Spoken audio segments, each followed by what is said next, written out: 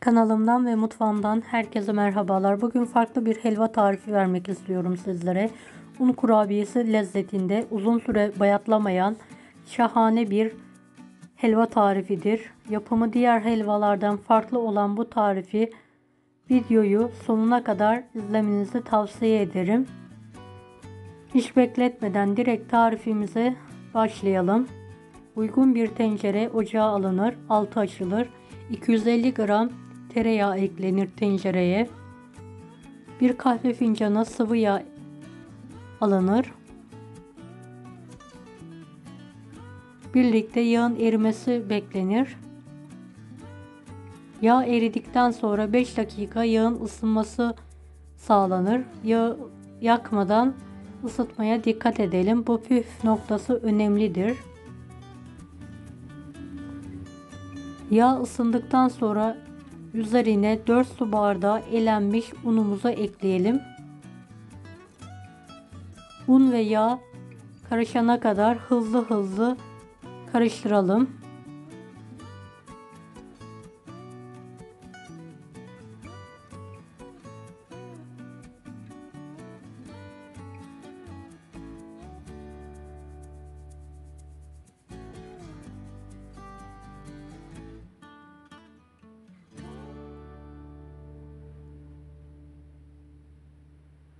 Evet, ocağımızın altını orta ateşe getirelim.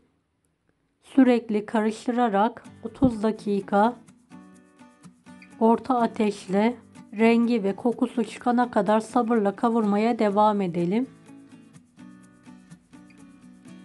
Videomu bu kısma kadar izlediyseniz yorum kısmına herhangi bir emoji bırakırsanız bana destek olmak için sevinirim.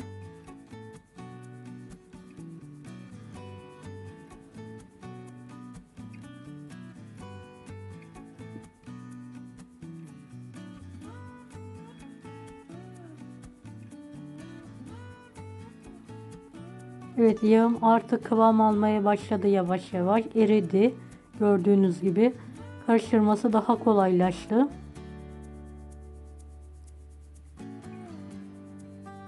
Rengi de pembeleşmeye başladı gördüğünüz gibi. Üzerine bir su bardağı ince çekilmiş ceviz ekleyelim. 3-4 dakika birlikte kavurmaya devam edelim. Ceviz yerine fındık, badem, fıstık da kullanabilirsiniz. İsteğe bağlı.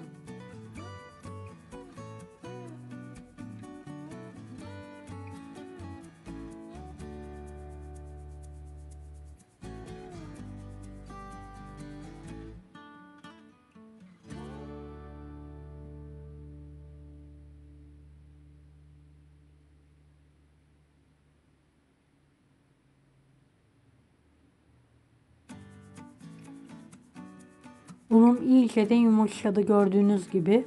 Kavurmaya hala devam ediyorum.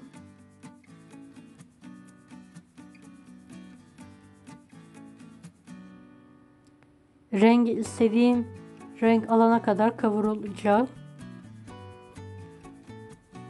Evet, gördüğünüz gibi rengi gayet iyi. Altını artık kapatıyorum. 2 su bardağına yakın pudra şekeri ekliyorum elenmiş bir şekilde. Bir paket isteğe bağlı vanilya ekliyorum. Ve hızlı altı kapalı bir şekilde şekerin una karışmasını sağlıyorum. Şekerin miktarını azaltabilirsiniz damak tadınıza göre. Evet, hızlı şekeri una yediriyorum karıştırarak.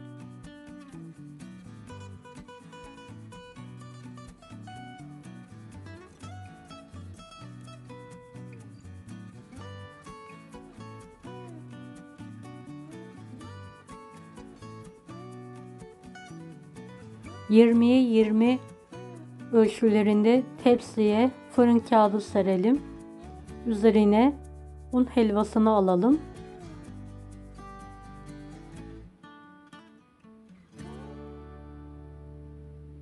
Helvayı kaşık yardımıyla her tarafına eşit bir şekilde yayalım.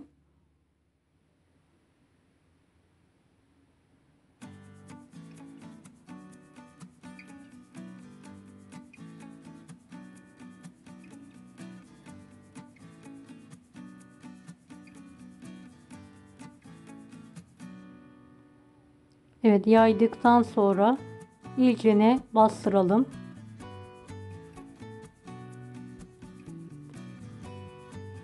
Bir bardak yardımıyla veya kaşığın arkasıyla bastıralım, sıkıştıralım helvamızı. Daha sonra üzerini ve kenarlarını spatula yardımıyla düzeltelim. Bir yandan da bastırmaya devam edelim.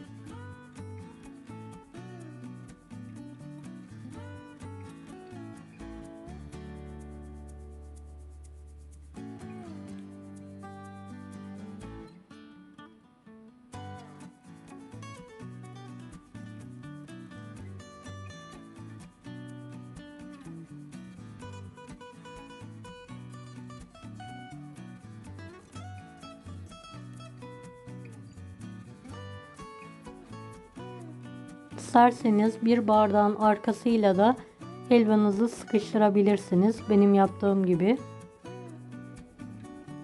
Evet, bardağın arkasıyla sıkıştırdıktan sonra tekrardan spatula ile üzerini düzelttim.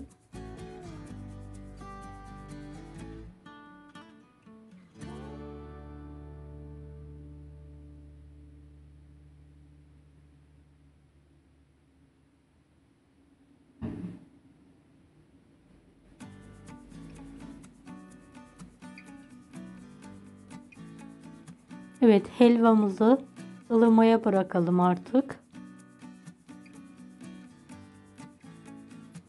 Fazla soğutmadan ılık bir şekilde bir hamur kesme aparatıyla veya bir bıçak yardımıyla küçük kareler olacak şekilde helvamızı keselim.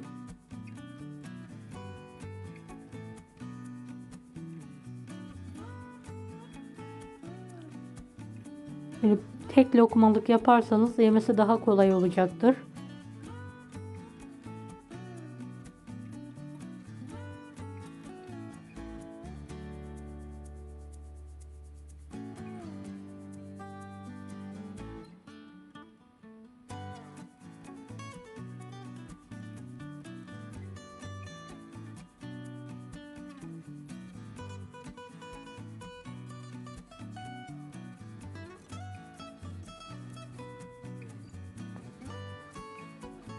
Evet, ben kesmeye devam ediyorum.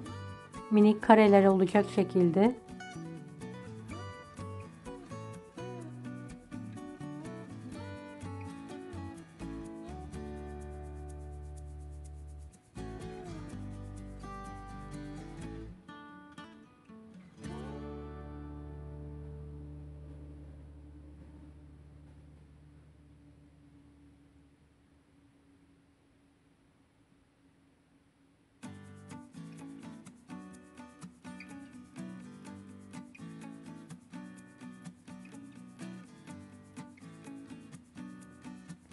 Evet, kestiğimiz helvaların üzerine her dilimine gelecek şekilde badem koydum ben. Badem yerine Antep fıstığı, fındık, ceviz de koyabilirsiniz. Tercihe bağlı veya sade olarak da bırakabilirsiniz. Ama badem çok yakıştı. Yerken hem badem hem de helva tadı geliyor. Güzel oluyor. Badem koymanızı tavsiye ederim.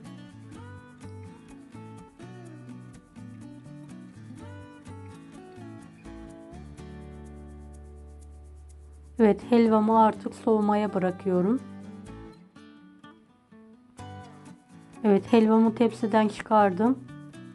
Biraz sıcakken kestiğim için birleşmiş. Tekrardan spatula ile kesiyorum aynı yerlerden, izlerden. Dikkatli bir şekilde. Helvamızı dağıtmadan keselim.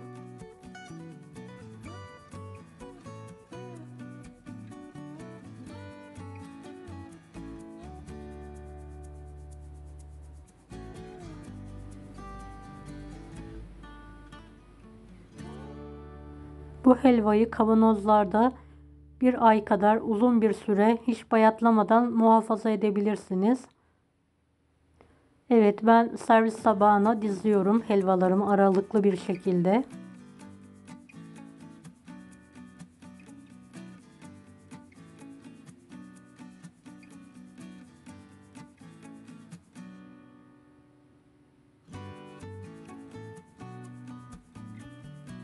Bayağı bereketli bir helva.